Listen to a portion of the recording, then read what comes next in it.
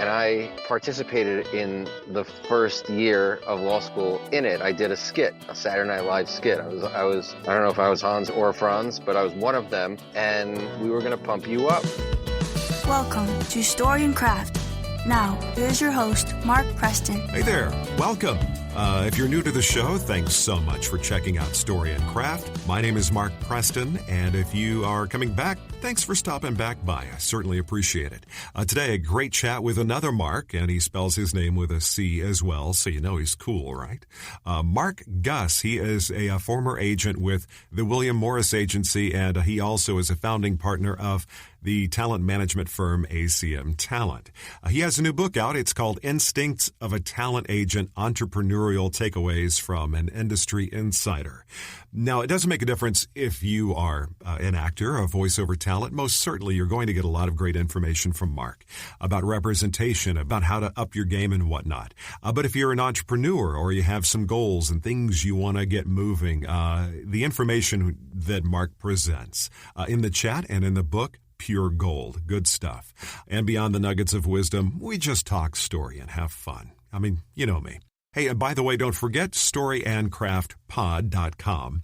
Once again, storyandcraftpod.com. Everything going on with the show. I mean, you can listen to the show, shoot me an email. You can sign up for the newsletter. You can, follow me on social media. Pretty much everything about the show is at storyandcraftpod.com. All right, it's Marc Guss Day, so let's get after it right here on Story and Craft. But how have you been doing, my friend? How things been going? Congratulations on the book. Thank you. That's kind of an accomplishment. Were you just finding a whole lot of time during COVID? Like, I got this time, my schedule's a little bit different. You're not commuting as much. No, I just wanted to do it earlier, and it took 2.5 years to put it together.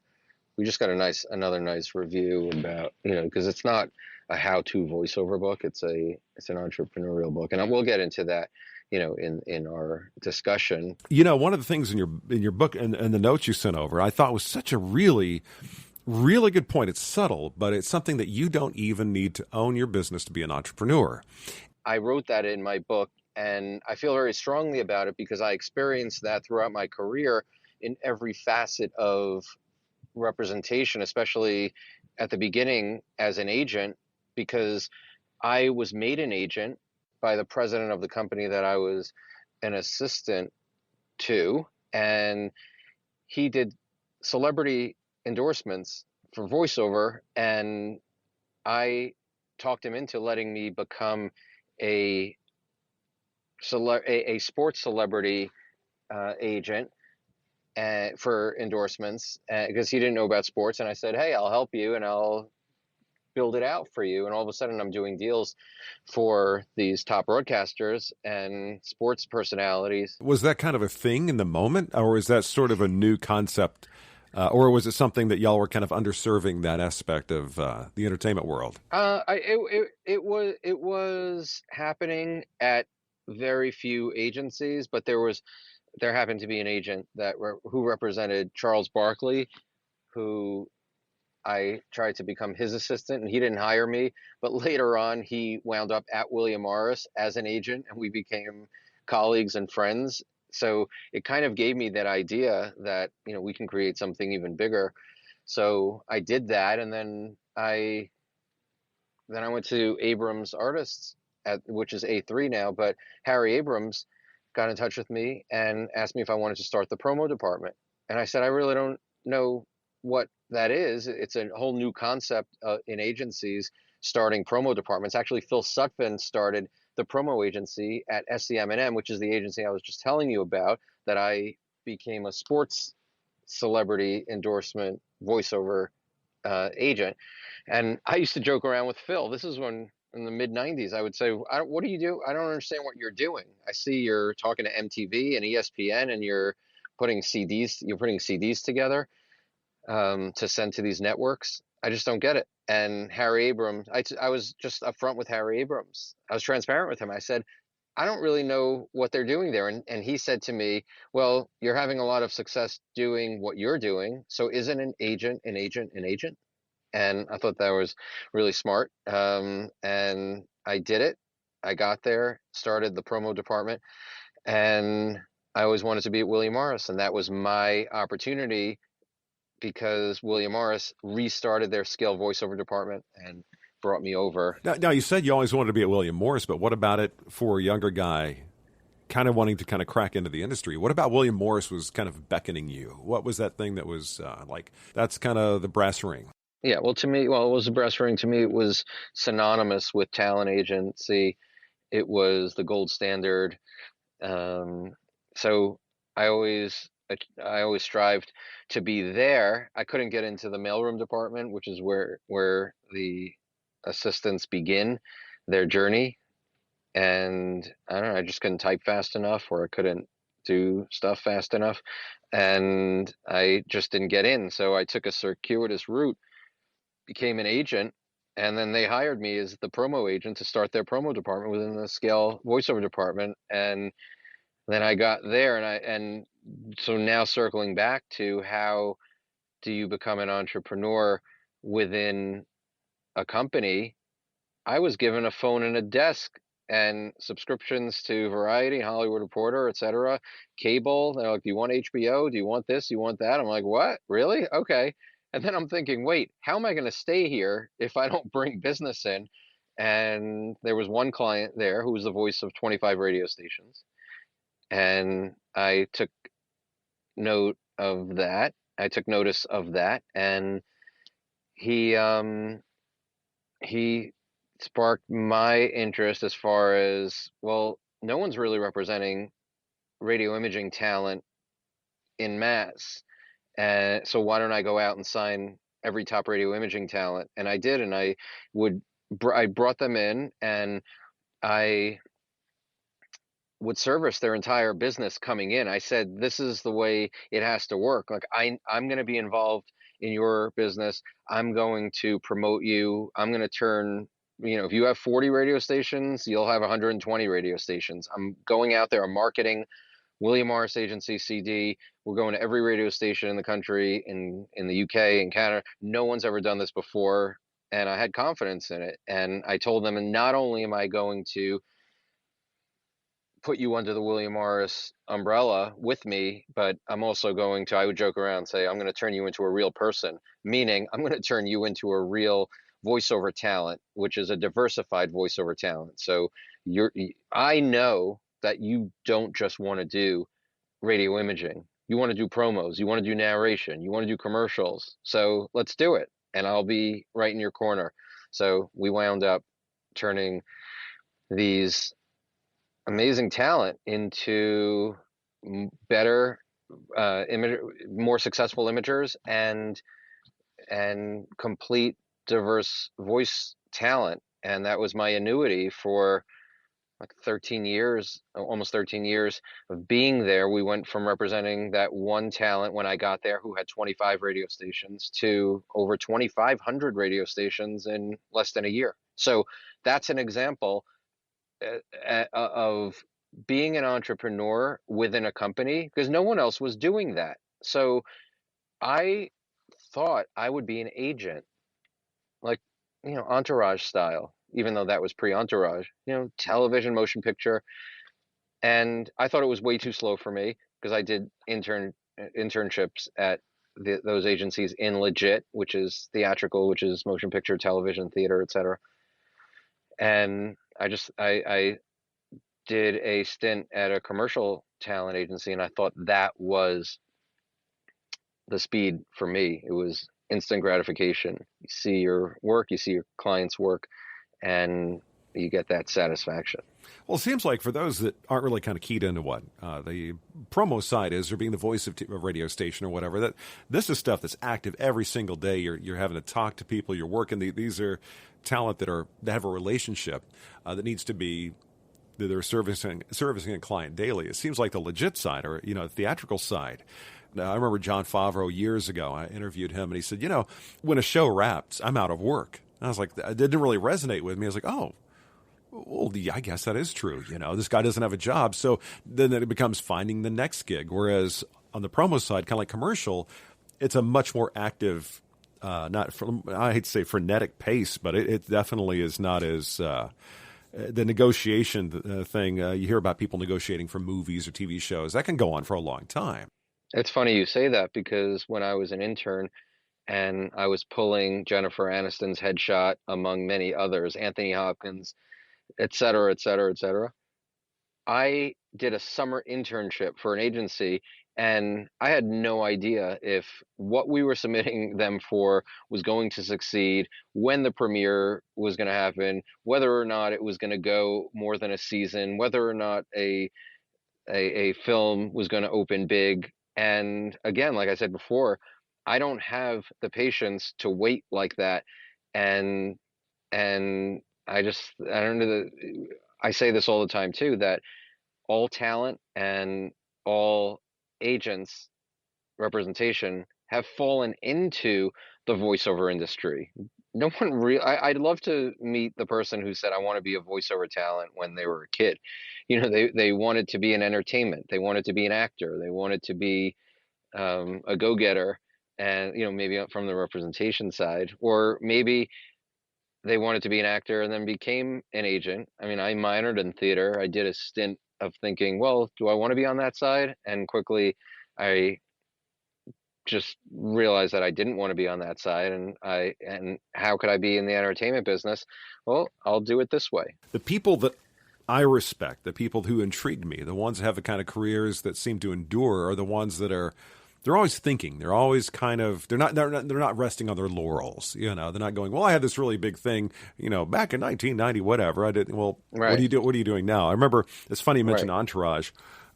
Jeremy Piven's character, Ari Gold, the agent. I remember he had this quote. He said, he doesn't represent talent. He represents heat, which I think is a little bit different than the VO side, because it's, if like you mentioned, a movie opening big, if a movie doesn't open really big, somebody's stock value, if you want to call it that, could start dropping, and their heat, if you will, drops. And VO really, do you find that it is more about the talent and being able to consistently deliver? It's not just about image. Of course, branding is important, but what do you think differentiates the voiceover side from the theatrical side in terms of the way agents approach the representation, or if there is even that big of a difference? That's a really good question. I think every agent, every manager is dedicated to their talent in any area they're working in. So I would be as dedicated to my clients if I was a television agent, just like I'm a commercial agent. The branch is voiceover, and then there are other branches of voiceover within voiceover. There are other branches within voiceover. But I love emailing a client like I did today, who we signed a month or so ago, when I saw one of my colleagues in an email book them, and just respond, with pride that I'm so happy for them. I'm so happy that we all made the decision to work together and to build a career. I mean, that's what it's about. It's about getting the satisfaction of building the careers of the talent that you represent. Yeah, it's funny you say building a career. I think the antecedent, or the 180 degree from that, is the people that use the phrase, which I'm not a fan of, is side hustle. Side hustle kind of implies, I'll throw a little something at it, but not, you got to make a commitment that exceeds that to actually see any career-like gains. Well, I don't represent side hustlers. We don't represent side hustlers. Yeah, but you definitely know what I mean when I say side hustle. That seems to be a phrase that's just bubbling up more and more. It is, because there are people out there. I was going to say there are talent out there, but I'm going to use the word people. There are people out there who I'm not sure if they're considered talent. I'm not sure if they're probably, and some are not considered actors, who have heard that if that you can use your voice and you can make money, and you can get on an online site, and you could buy a microphone, and you can start working it and making a lot of money. I don't know, maybe there are books out there that tell you that. Oh, I think there are books. There are probably online people creating one of those those YouTube video things like, hey, listen to this video, and by the end, I'll have a free whatever for you. Right. Set it and forget it. Yeah, I Yeah. remember something Sam Rockwell said. He said acting is kind of one of those very few things that you can say you do, but have never booked a gig. So many people say, well, I'm a VO talent, I'm an actor. It doesn't mean that they're not going to be. But I always tell, because I coach talent, I always say it's a marathon. It's not a sprint race. There's time. Right. Take the time. There are people in here, yes, and that's somebody's like, well, there's a lot more competition now. I said, no. There's a lot more in the world of voiceover. There are a lot more people out there, but I don't think there maybe is a little more competition, but there's also a lot more work than there used to be, at least in the voiceover side of things. There's a ton more work than there used to be. So many areas that are popping up, especially in the digital and the social space. We always looked at television as the gold standard in wanting to have we looked at television as a gold standard as it relates to success in voiceover, where you can have a national network commercial, and there's just so many opportunities now that you don't have to rely on that one campaign to break through. There's just so many different ways to do it. One of the things that we were talking about when I mentioned a moment ago, it's a marathon, not a sprint race. How would you, even from your side of the fence, not fence, but you're part of the industry where you're representing talent, both the representation and the talent, as you're going and building and creating and finding your niche, if you will, how do you and what recommendations or suggestions do you give to people not wanting to lose enthusiasm? They want to maintain the momentum. They want to keep the enthusiasm. Do you have any recommendations for those people like, oh, I'm so tired of this, I want something to happen, that kind of a thing? Right. Well, you've heard the saying in the entertainment industry, probably not on the talent side or maybe on the talent side as well. We're not here saving lives, but we are here enriching lives. Think about doctors who are going through the training with medical school residencies, etc., and they're being trained. Everyone seems to be. I'm trying to think of a vocation that doesn't require training, and I'm not really thinking of one off the top of my head right now, and I don't know if I can think of a legitimate occupation that doesn't require training. Why would someone think that they could buy a microphone and get into a studio today and compete? You know what I think it is? It is people out there. It's kind of three things. One, the gear is cheaper. You can actually get pretty good equipment for not nearly as much as what it used to be. The internet exists. People have, the ability to go create opportunities on their own, or seemingly so. There's companies out there that are like, oh yeah, come on, pay us some money, we'll help you get auditions. Right. But I could get a great guitar, and I don't know what I'm doing.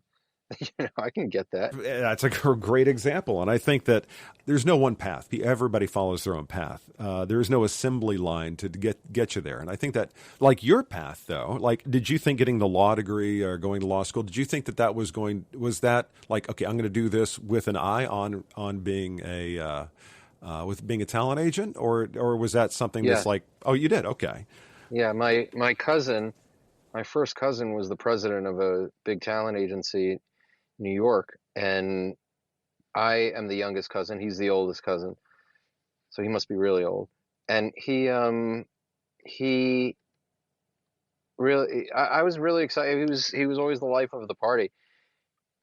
I don't see myself as always the life of the party. I loved what he did. I loved being hearing the stories. I mean, he represented so many great talent. And I just grew up, I don't know, 11 years old, 12 years old, doing shows during the holidays with my sister and coming up with a program, and he's there, and one of his relationships was with an A-list celebrity. She's there watching my show with my sister. I just thought it was really cool, and I got to know it.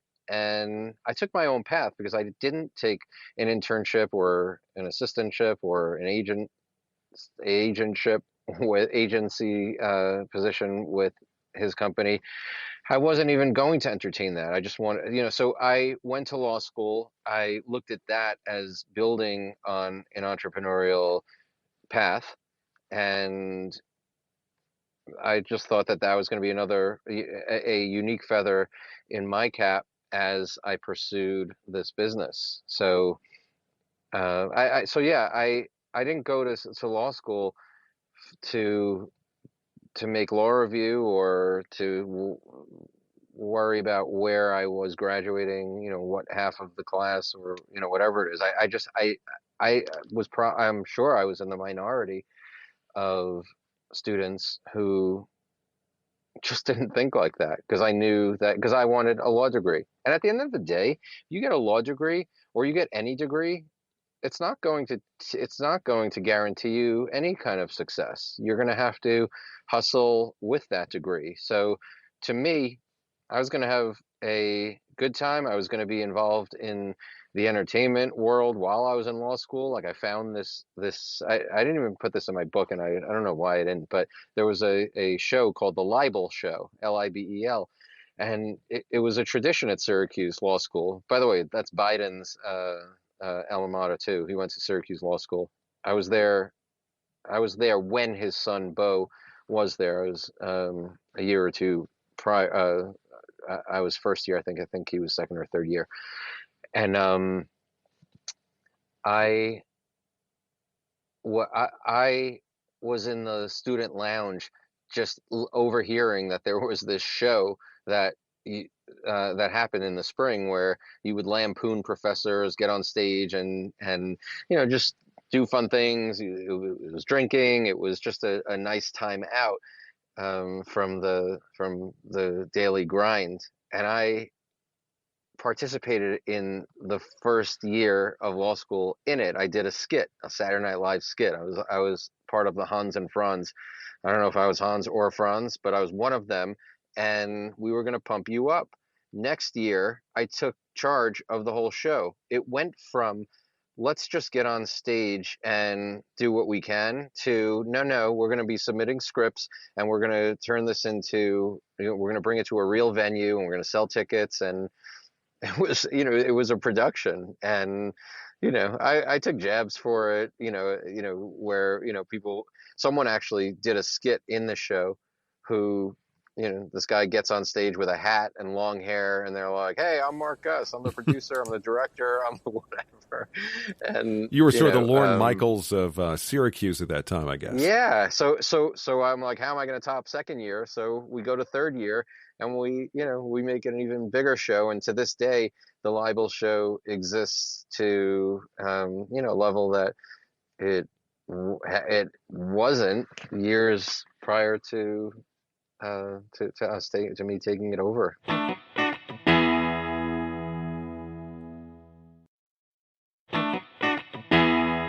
The interesting thing about the book, and it's Instincts of a Talent Agent, Entrepreneurial Takeaways from an Industry Insider.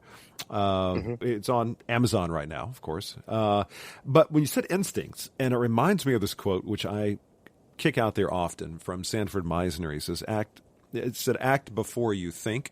Your instincts are more honest than your thoughts. Some people may call it their gut or their subconscious or whatever have you. The more you do it, do you find that the longer you've done this, your instincts become more and more refined? Do you actually operate off of instinct? For you, what is the traditional path? I think more importantly, the longer you live, the more the sharper your instincts are going to be. I think my instincts in life in general have been sharpened by experiences that I didn't anticipate. And it happens with business too. It happened to me. It happened when a client came into my office and said, at some point, and he was very successful, I turned him into a very successful voice talent. And he said, listen, it's just business, blah, blah, blah, blah, blah, blah, blah. And he leaves the agency. And I always tell people who are in this business, you can't look at your clients as your quote unquote friends and family, because I've seen it too many times. You're in a business and people get too tied up in that and make themselves vulnerable. I saw one of my colleagues at the big agency that I was at make a client into an A plus list television personality, and 10 years later it was that conversation.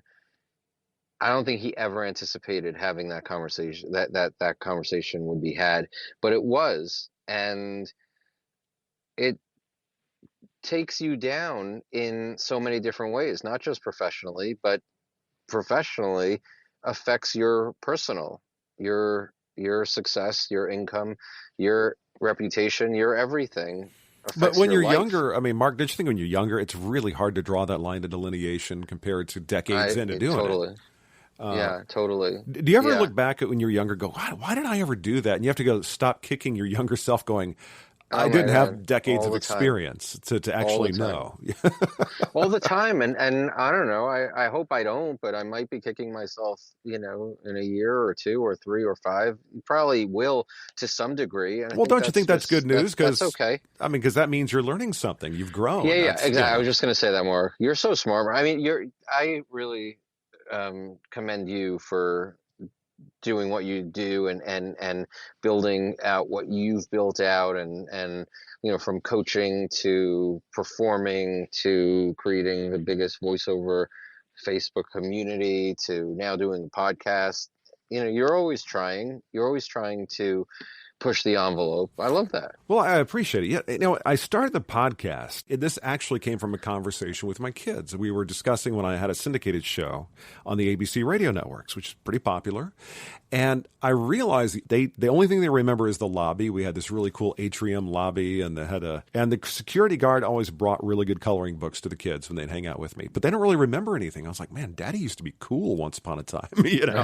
And but I was thinking, what do I miss about radio? It wasn't there are a lot of things I just didn't miss. The industry has evolved, but I miss great conversations. Talking about it now, you did go from being an agent to a manager, and for the layperson, kind of define what the difference is. Okay, I'm going to say traditionally, what's the difference between an agent and a manager? And now, kind of expand on that, if you would, kind of a two-part question. How do you think the position of a manager has evolved as part of a talent's team? So, managers traditionally in theatrical, which is again television, motion picture, theater, etc., they are more of the guidance part of the career, quote unquote hand holding. The agents traditionally are the bookers. Managers don't, but really didn't book for a long time. I think it's happening more and more so in theatrical.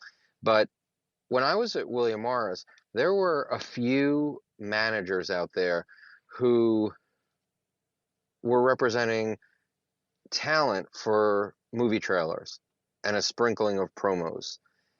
And I would get some calls from these managers asking if they could represent some of my talent as a manager. And I was always, as an agent, I was a lot more territorial than I am now, because now it's just, everything is about, if you have an agent, good. We're a manager. We're all part of your world. You're kind of But more of a I would just 30,000 say, foot view of their entire career is kind of what you're saying. Kind of yeah, looking at, and also kind of projecting where they want to go, or how to get them where they want to go. right, how to get to where they want to go. But the table was set in management and voiceover. It was pretty much movie trailers. And when I started the management company with Phil Supman, who's my business partner, we were thinking, because we started the management company as somewhat of a traditional management company in voiceover, which represented talent for movie trailers, promos, narration. That was pretty much the extent of like those areas seem to be clumped together in departments within talent agencies, commercial talent agencies within voiceover. No one dared to go into the mainstream, which was commercial. And I was like, wait, if we're the management model, by the way, is you typically represent a lot less talent, and you're overseeing their entire career. You're guiding them. You're literally overseeing everything they do, whether you get it for them or not. You're part of that world. So if I was going to be part of a successful talents world that of areas that I wasn't responsible for getting them, then I always thought that we need to provide as many opportunities as possible for talent. We can't, like, why are we not providing commercial opportunities, digital opportunities, social, political, imaging, just everything. Like YouTube, that was considered to be, I don't know about acting, just in terms of voiceover. I remember thinking, oh, they move it over to the internet. Oh, that's like a little extra. Now, Right. the way people consume media, it's primary. It's kind of like that's. It is it's primary. I'm sure the union code will change and adjust, hopefully accordingly. But yeah, it's a whole different world. Well, you're talking about how things have changed, and that's one of the things I try to instill in my kids, and even students. I'm like, the only constant in life is change, and I found that success is, the ride is a lot more enjoyable when you kind of embrace it. I liken it to a wave. The wave's going to come whether you like it or not. And if you're on a surfboard now, sometimes you'll be flipped around and have your head driven in the sand, but sometimes you catch a really nice ride. But it's how you adapt. Well, it's taking risks. Oh, indeed. Right? Like, yeah. What's the downside of taking a risk in your career? Like, taking a risk, like, there are different levels of taking risks in life. There's invasions and consequences and life and death. Like, what are we talking about here? The risk that we're taking to make the business better, to elevate our clients' careers, to elevate and enrich our own day to day, and just try to do something that no one's done before. Like, why go with the flow of the way of the status quo? Like, if you have good intentions, you're only going to make the business better. Yeah, it's kind of, even if you look back to one of the examples I like to use is I got an old it was some movie, it was a DVD. One of the things, I love streaming, but I love the DVD features they would have, the outtakes. And one of the things they did, it was an 80s movie, and they had some movie trailers from the 80s. And there was you listen to them, and they're like, okay, this sounds like the 80s without a doubt. Now, I don't know where Don LaFontaine got the whole in a world thing, but he changed the game. I mean, let's say if somebody tried to do that in the 70s, it'd be like, what are you doing, man? What is that? But he, at the right time, right delivery, right idea, and then it became the thing, I love watching when somebody becomes across the board, could be music, could be anything, It's like, I marvel looking at my kids, they look at TikTok or YouTube. I'm like, I look at some of these YouTubers and go, they're making how much money for doing what again? And Right. But it's going to change. It's going to go that way, and the pendulum will swing again. Right, but Mark, you are part of that because they're listening to you prior to the video. Yeah. As far as changes go, what do you think the most monumental things that are going on that have happened in recent history that are going on now, as far as people who want to do VO or they want to act, they want to do something creative? It seems like it's more accessible to them. I don't know. Did you see the new, I love Judd Apatow. I mean, I'm a big fan of his, and he has that new movie, the Bubble on Netflix, about them shooting during COVID. That's on my list, and I have been pushing my Netflix and streaming, binging off for quite some time. I just can't get to it, but I do want to see that, and I'm glad you enjoyed it because I've heard great things. Well, the thing, he has his daughter Iris in it, and she plays this character who I'm not really giving anything away. I don't think necessarily was in a trailer, but essentially she got cast. No real acting skill. Her character is playing this person is in this movie. Right. She just had a massive social media following. She didn't have any acting talent or any skill. So that, I mean, if you would have told somebody 20 years ago, oh, you don't really necessarily need to be a remarkable actor, but if you got a few million people on TikTok or whatever, that's a change I've seen, and I don't know if that's good or bad or otherwise, but I just, as far as voiceover and acting, what changes are you seeing? What changes have you seen that people should be aware of if they want to kind of chase after this as their dream, as it were?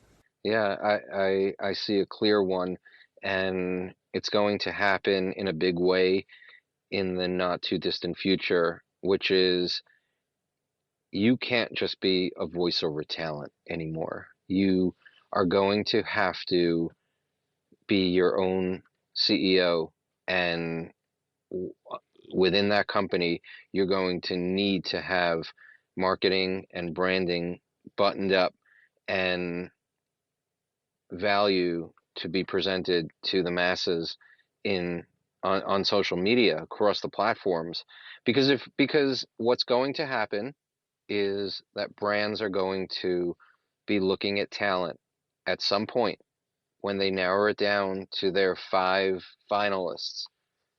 And all those finalists, by the way, of a casting director or a producer, they're all fantastic. They're all going to sound great. Someone has to be chosen. If one of those 5 are, if the 5 are on hold and and 4 of them get released, it's not because they're not good enough. They have to choose one talent. But what happens when the brand goes to their Instagram and sees that they're a legit influencer with 230,000 followers? Why would they not choose that person versus someone who says on a daily basis to their friends and colleagues, you know what, I probably should be doing something on social media? Like, that's not something to ruminate about. That's not an option anymore. It really isn't. If you don't have that together and you don't have the foresight to understand where you need to be as a voice talent, and I'm talking about striving to be the best. You want to stay in the middle, you want to, you want to make a certain amount of money, you want to, have a certain type of career. That's most of the population, by the way. I'm talking about the go-getters, the entrepreneurs. How are you going to elevate yourself? How are you going to be the best at this? Like, that's what you should be striving for every day. So in order to be the best at it, you need to build out as many areas to fortify your career. And social media, of course, is the big one, is the hot area, and it's not going away. It's only getting bigger and bigger, and platforms are emerging and growing. Well, that's actually going to be another question I was going to ask you. Do you think that there are going to be more social media platforms, or do you think there's going to be some aggregation? There's already Facebook and Instagram. They're already kind of one. It's kind of sort of one of the same. But do you think there are going to be more platforms? Are going to be like there's just for myself. I know TikTok. I'm like, I'm so knee deep in everything. I don't have another second in the data. I'm but almost. You know what? I said the same thing about Clubhouse, and then I turned my Clubhouse following into a very big following in voiceover, and made the commitment to do something, not just enter the Clubhouse world, but to do something that's beneficial for the industry. And we do that regularly, and I don't slack off on it.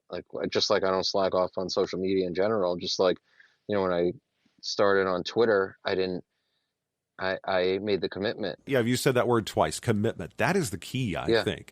I think some people are like, I'm going to play with this, play with that. That's why that whole side hustle thing never works out. Playing around with things, I mean, you could play around with a million things in life, and you'll wind up in the middle or below par. You're carving out your own space in the world. You're carving out your own space in the world. It's true. You do that with homes. You do that with your career. Absolutely. That's what I mean, that's a big part of why you decided to do this podcast, to just think bigger.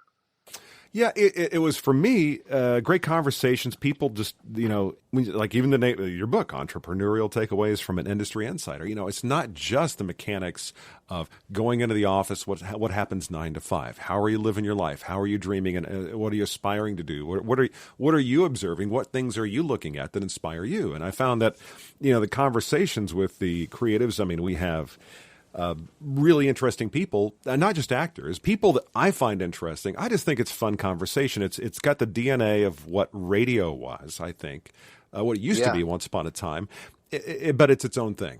And so for me, it's fun. And if I'm having fun, I'm engaged. If I'm engaged, that creative thing is happening. Absolutely. And by the way, and that's why I had to shift from focusing on radio imaging per se to everything, because the whole audio industry changed, and you just said it, that this is kind of what radio used to be, but it's really hard for talent to monetize that, unless, like, it's a very small percentage of people out there monetizing. There's a very small percentage of people out there monetizing the podcast world, and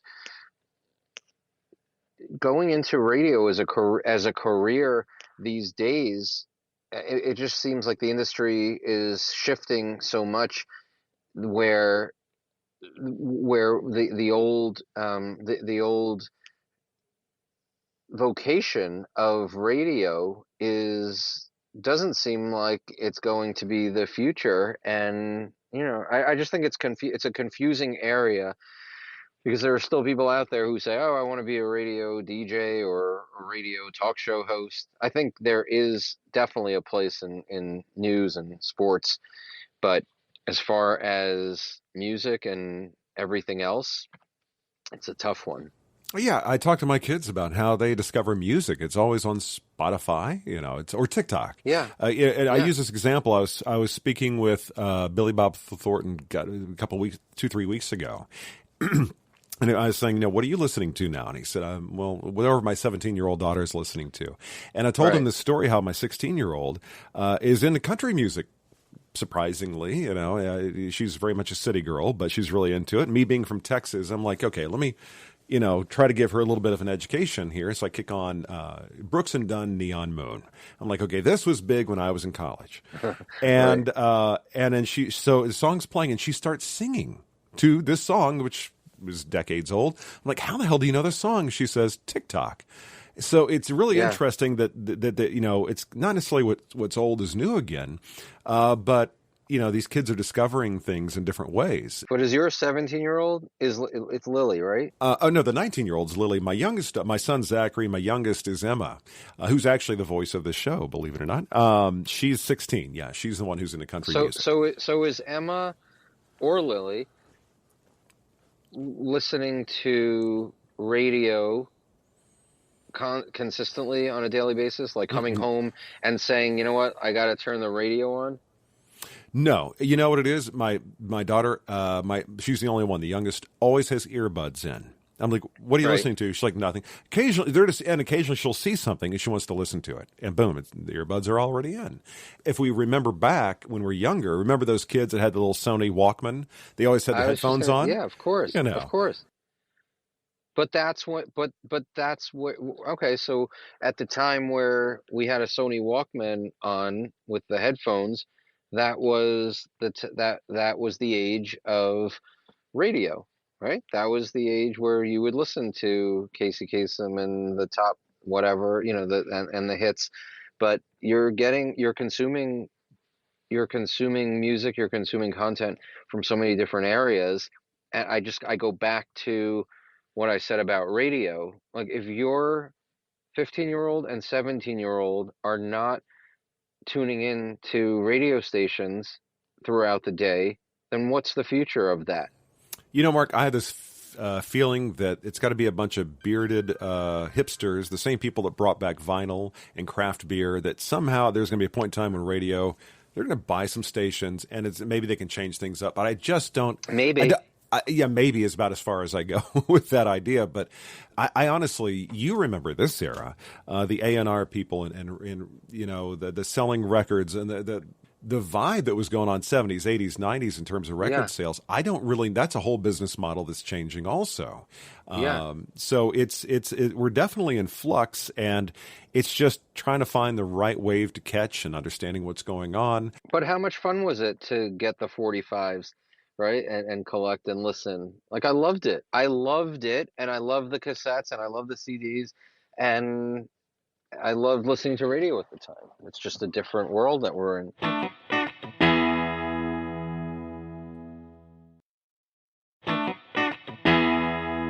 You know, you've represented a number of notable people, celebrities, the people that breathe that rarefied air, the people you've had a chance to work with, the celebrities.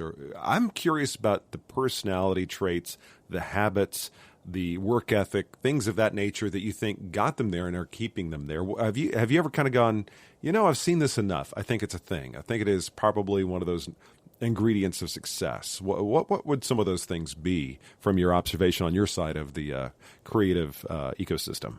They definitely have a talent that is like none other, whether it's a comedian or a musician or a film actor.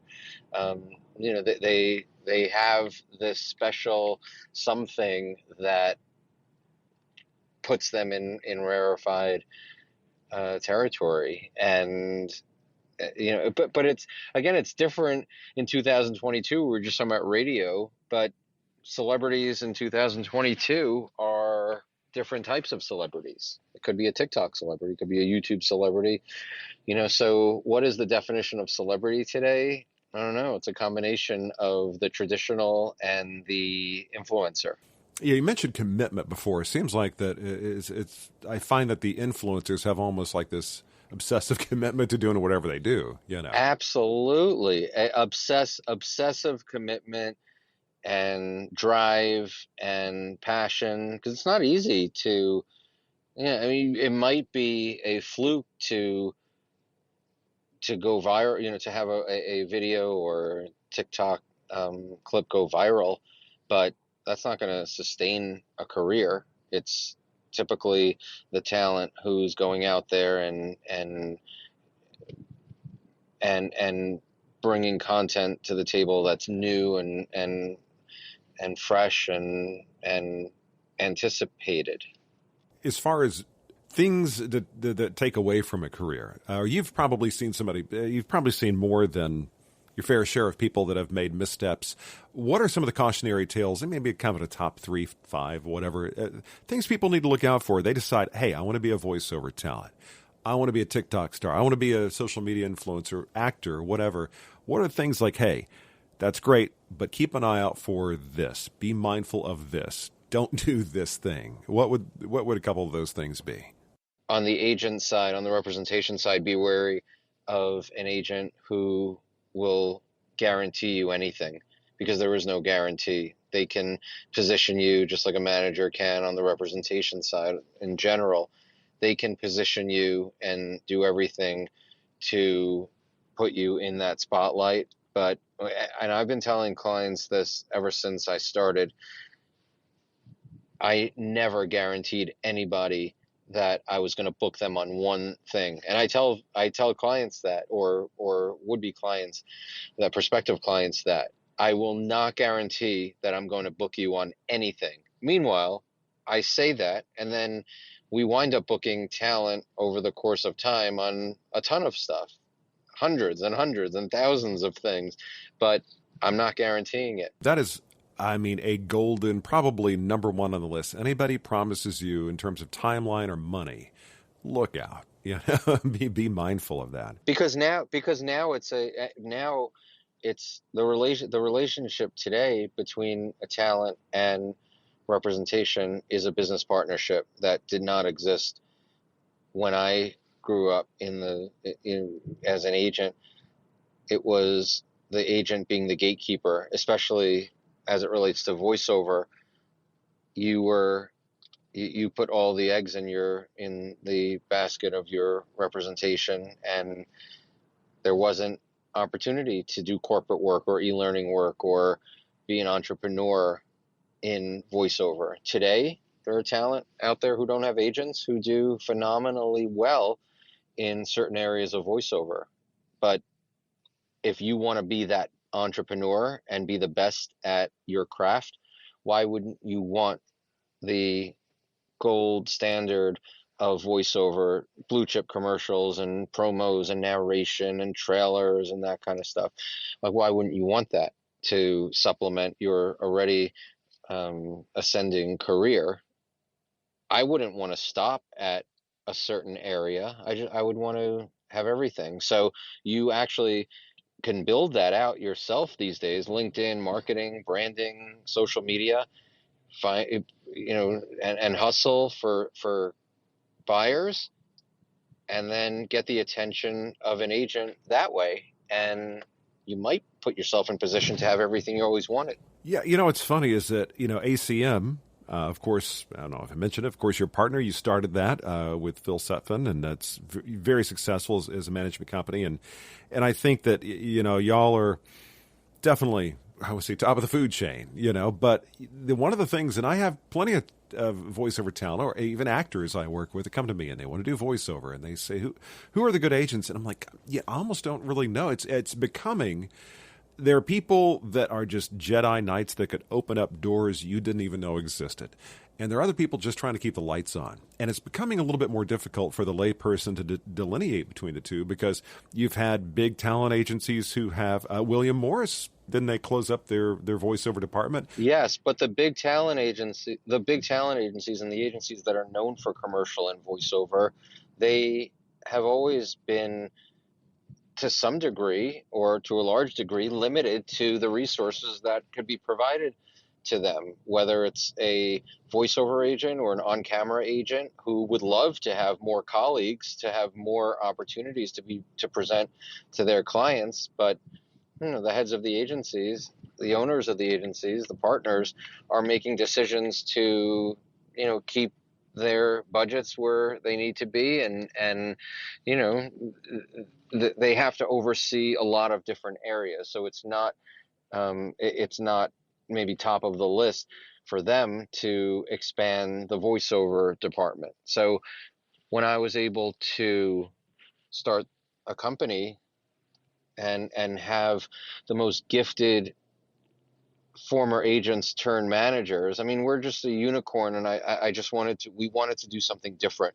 We wanted to learn from what works and what didn't work in our careers. And in voiceover, it's all about opportunity, and it's all about a lot of opportunity. So why not put a company together that brings more opportunity to talent every day than anyone else out there? That was the entrepreneurial thinking that we were looking for, because we knew that if we were able to accomplish that, then that would put us in rarefied position in representation, and it would give our clients the most opportunities out there. So when I have a client who tells me, and many of them do, how the hell am I going to get to all of these auditions today? And I'm talking about a diverse portfolio of auditions: animation, video games, commercials, digital, social, promo, narration, trail.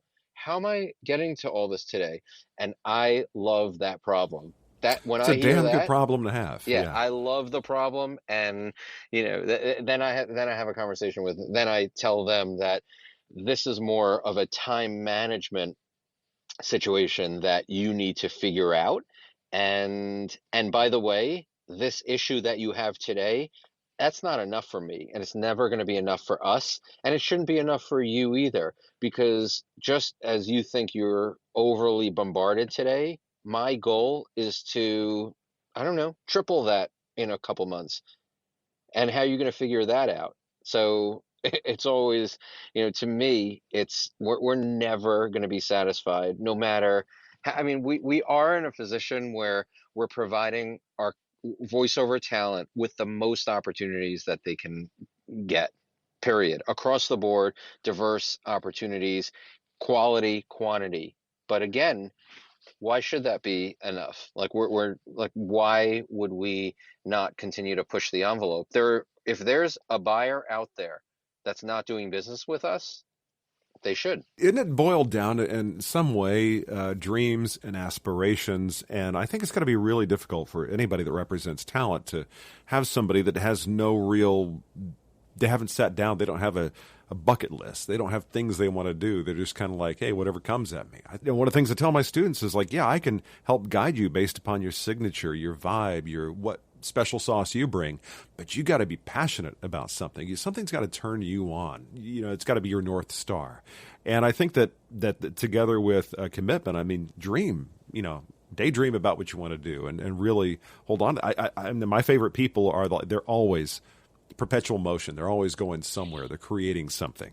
Well, daydream, you could dream, but the practicality comes in when you actually discover something that's viable, and then it's time to put the eggs in the basket. I'm not the biggest proponent of putting your eggs in a basket in the dream stage. Yeah, I think that's one of the things that I found, that it's like, what turns you on? It's like, okay, this makes sense. And that's when you start putting all of what you have to offer into that thing. Right. Because there are a lot of because you're dreaming about a lot of different things, and you have to drop the most viable ones in the bucket in order for you to take that bucket and just go run with it. Yeah, it has to go from aspirational to actually academic. You decide, this is what I want to do. Okay, how are we going to get it done? And right. that's right. When you wrote the book, again, Instincts of a Talent Agent. Love that title. Entrepreneurial Takeaways from an Industry Insider. When you wrote it, yeah, and you've delivered it. Now it's printed. It's out there in the world now. How soon after you did that do you start going, God, there's some other stuff I wish I'd put in there? Every day. Down the line, there could be, book two. It's got to be a good feeling. But I didn't want, I say every day, but then if I think about something that I wanted in the book, a lot of the time I shut it down, and I agree that it was probably it was probably okay that I didn't include that, because I wasn't, it's hard when you're writing a book to not step into memoir territory, and I just didn't want this to be a memoir, but I did want it to include takeaways based on some of my experiences, and I might have had some more some good stories. I just don't know if it was going to be the practical takeaway that I wanted to accomplish here, because it's like I said, this is not just a voiceover book. This is a book for the voice actor. This is a book for the actor. This is a book for someone who wants to get into the entertainment industry. This is a book for a business person who wants to glean into the world of entertainment and catch some takeaways that can help them in their business too. One of the things I liked, there were some notes, some of the stuff I'd seen, that mindset comes into it, the way your attitude. And I think that's probably, above all else, I've been doing this just long enough to know that somebody can have a boatload of talent but a bad attitude, and they ain't going nowhere. And I think attitude can actually overcome some deficiencies in talent even, or seemingly so. The book's worth picking up for that reason alone, is to make a plan, understand that you are dealing with other psychological creatures, other people that have their own goals and aspirations, and to make plans. I really liked it. I definitely want to dive further into it. One of the things that I found, that with actors and with voice talent and with anybody wanting to do something creative, there's always that initial question, how do I do it? This is a good jumping off point of a book as to attitude. I think practicality, how to get it, how to get into it, together with your Sanford Meisner book, or your voiceover book, or the videos you watch. It's a great, it's part of the library, as it were, but a great piece of it. Right. Yeah, I did want to get I did want to put something out there. Originally, by the way, my idea was to write a book which was an updated version of The Mailroom, which is a book everyone should check out. It details the golden era of talent agency and the mailroom, because it's such a legendary place that so many luminaries started in, like the David Geffens and the Bernie Brillsteins and just, I mean, you name it in the industry, they started in the mailroom of a talent agency, with even producers and directors, etc. Yeah, I mean, there's just a drive that is that common thread of these successful moguls and executives and creatives in the industry that just started in the same place. I used to love watching Entourage, and the Ari Gold character, Jeremy Piven. It was just, you hear about the arc that they wrote for him, where he came from and all that. It's kind of interesting because nobody really starts. It's not like gone are the days you have like, my name's Mort Goldstein, I'm your agent. That guy just kind of knows everybody. And, right. But of course, guys like that character, right. You may not see that much anymore. Now it's like you said, talent are more in control of their destiny. The gatekeeper, it's really much more of a business relationship now than it's ever been between representation and talent. And by the way, I think it's difficult for some older school agents to accept that because they are so used to controlling the career of their talent. But if you're open to where things are and where things are headed, it is more of a business partnership than it's ever been, and it's only going to continue to be that way. Definitely appreciate, the time with you. I got, the last thing I do with everybody, I throw out my 7 questions. Get a little bit extra insight into the folks that, I sit down with. The first question I want to ask you is, what is your favorite comfort food? That thing that when you're sitting around, like, it's been a rough day, you just want to sit down and munch on it. It's going to make you, it's going to soothe the soul, or just enjoy it. What would that be? Is pizza a comfort food? I think so. I mean, I just had some just now. I picked up my daughter from college, and first place I went to was a pizza joint. So, I mean, you're in New York, so the question's got to be. Yeah, I'm from Yeah, well, not only am I from New York, I'm from the pizza capital of the world, which is Brooklyn, New York. And yes, I do. I consider myself to be a pizza connoisseur. Here's my philosophy: you always know it's a good pizza place by the way it smells when you first walk in. It's got that smell. It's a kind of the yeastiness of the dough or something.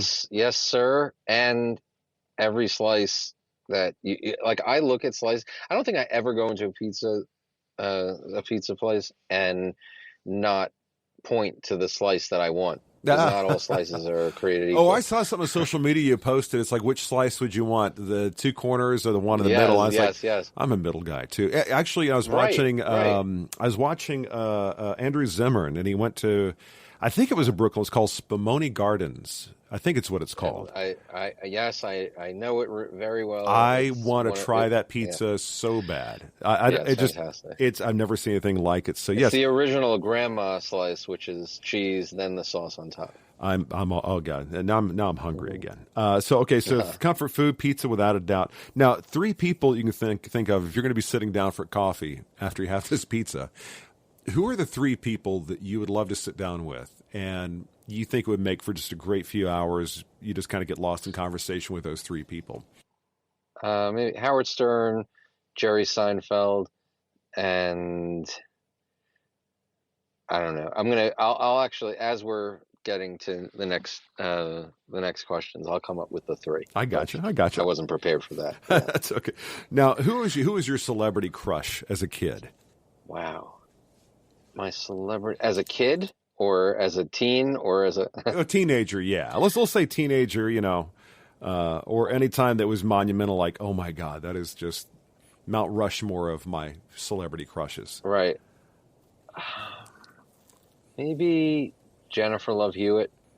Nice Texas girl, without a doubt, from Waco. Yes. And again, I can come up. I can come up with a whole list as as time goes on. Yeah, but off the top of my head, yeah. Now, if you're going to be going, let's say you, your lovely wife, and the kids, you're going to be heading to an exotic island for 1 year. No streaming, nothing, no media, nothing. But you can bring one DVD and you can bring one album with you. What are those going to be? Goodfellas and album George Michael's Faith. It's taking me back there, yeah. Now, if you were to look at like the definition, from the time you get up in the morning, what a perfect day is when you put your head down at night going, man, that was a damn good day. What are some of the key points in that day? What's a damn good day for you? Where nothing negative on a large scale of negativity happened. You know, I again, you and I were speaking about what can happen any day, and you know, I represent Gilbert Gottfried forever, and you just when you have a day that is challenging, you just have to keep everything in perspective, because at any time of the day you can get a phone call and you can hear something and something can just shock you, and it does. It's like, you know, we're dealing with a lottery every day. You know, someone doesn't enter Sloan Kettering and gets a diagnosis that, you know, the day before they never thought would happen. All of a sudden their life changes. Everything has to be kept in perspective. As long as it's a good day without a tragedy or a high level of negativity, I don't think it's a boring day. I mean, you could still make the most of it and be creative. I think being grateful, man, that goes so far. I think that, you know, you can sit there and go, you know, you live enough life and you go, you know what, as bad as today is, I can think of days that were a lot worse than that. I know, but it's very hard, very, very hard to keep that perspective. It's very easy to say.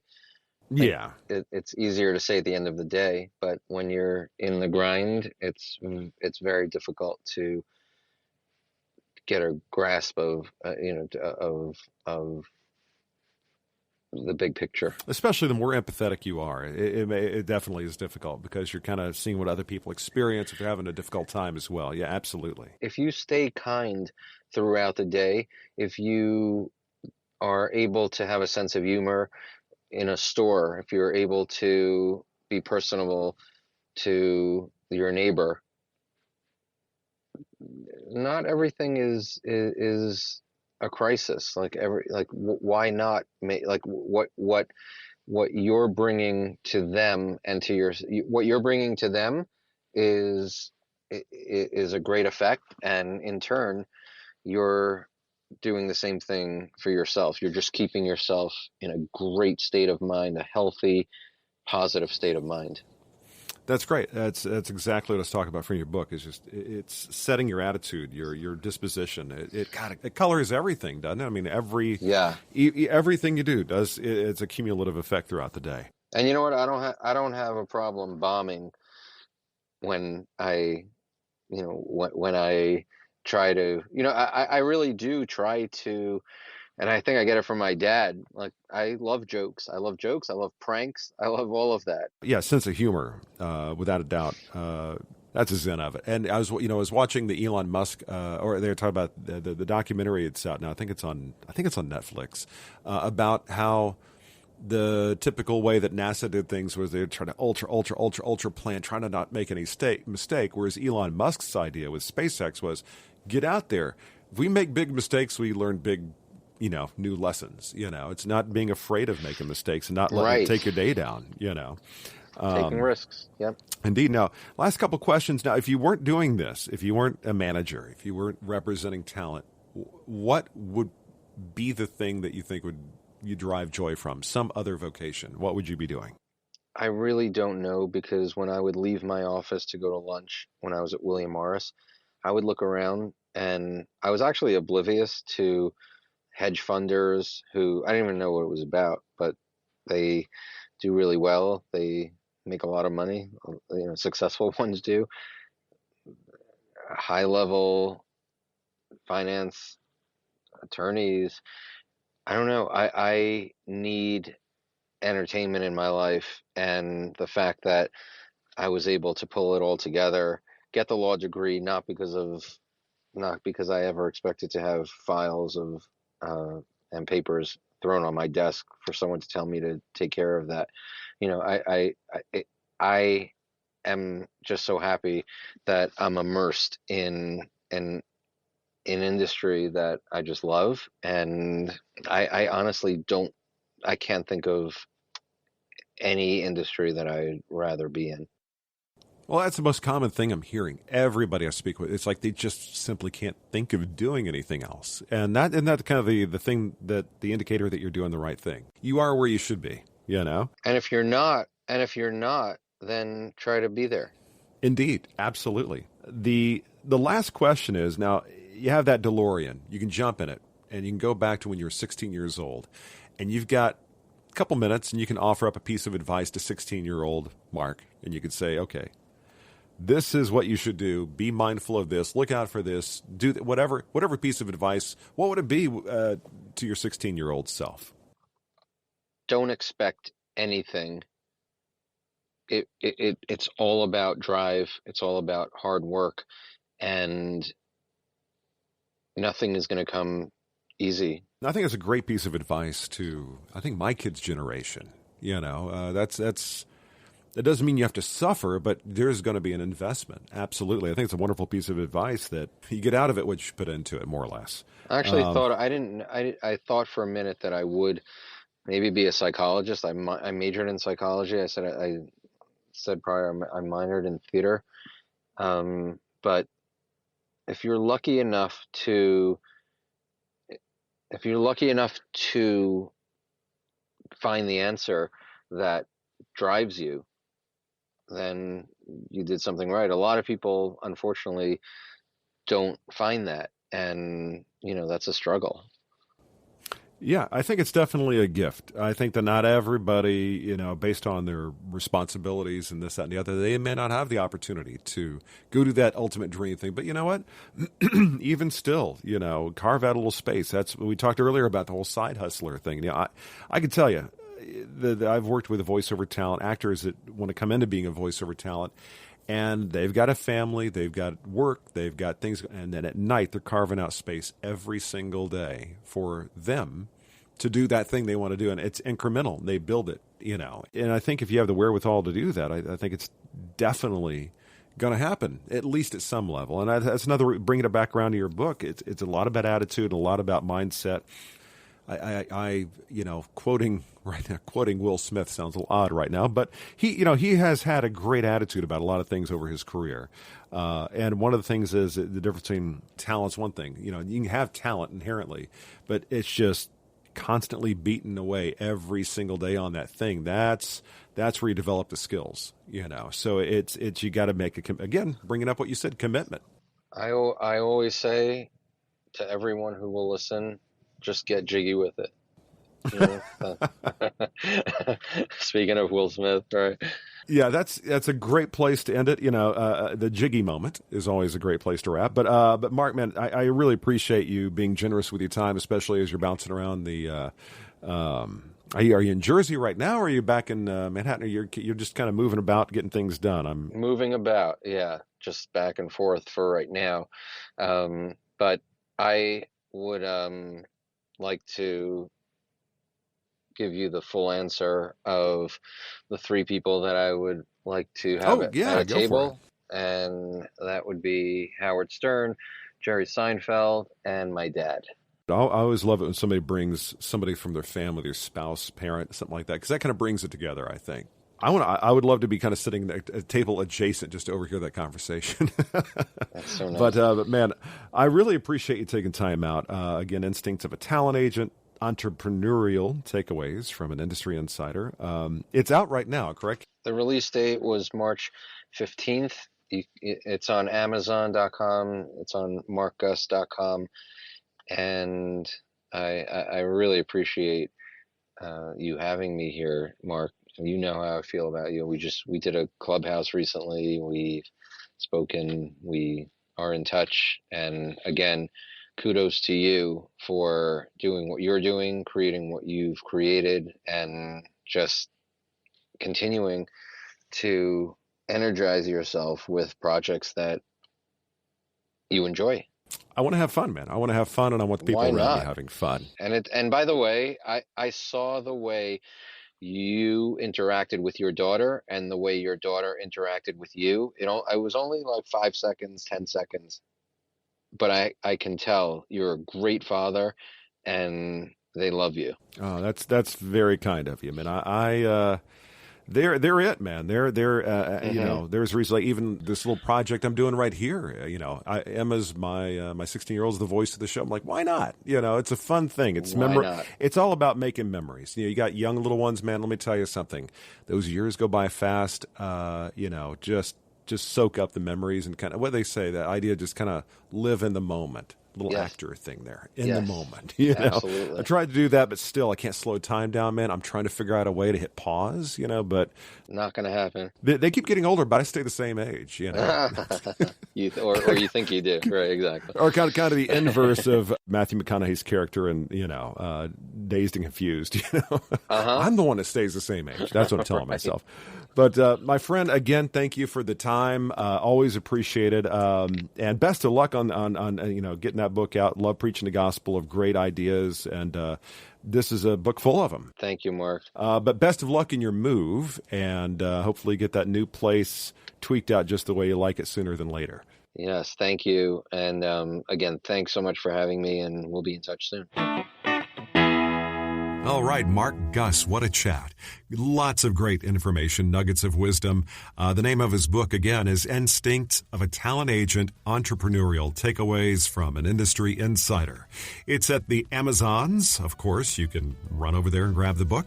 I highly recommend it. Again, it's not just for people in the entertainment industry, but it has a lot of great lessons and a lot of just good information for anybody who has an entrepreneurial vibe and they want to up their game and do something special. Good information, most certainly. Appreciate Mark being on the show today.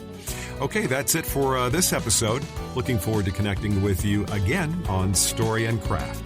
That's it for this episode of Story and Craft. Join Mark next week for more conversation right here on Story and Craft. Story and Craft is a presentation of Mark Preston Productions, LLC. Executive producer is Mark Preston. Associate producer is Zachary Holden. Please rate and review Story and Craft on Apple Podcasts. Don't forget to subscribe to the show on Apple Podcasts, Stitcher, Spotify, or your favorite podcast app. You can subscribe to show updates and stay in the know. Just head to storyandcraftpod.com and sign up for the newsletter. I'm Emma Dillon. See you next time, and remember, keep telling your story.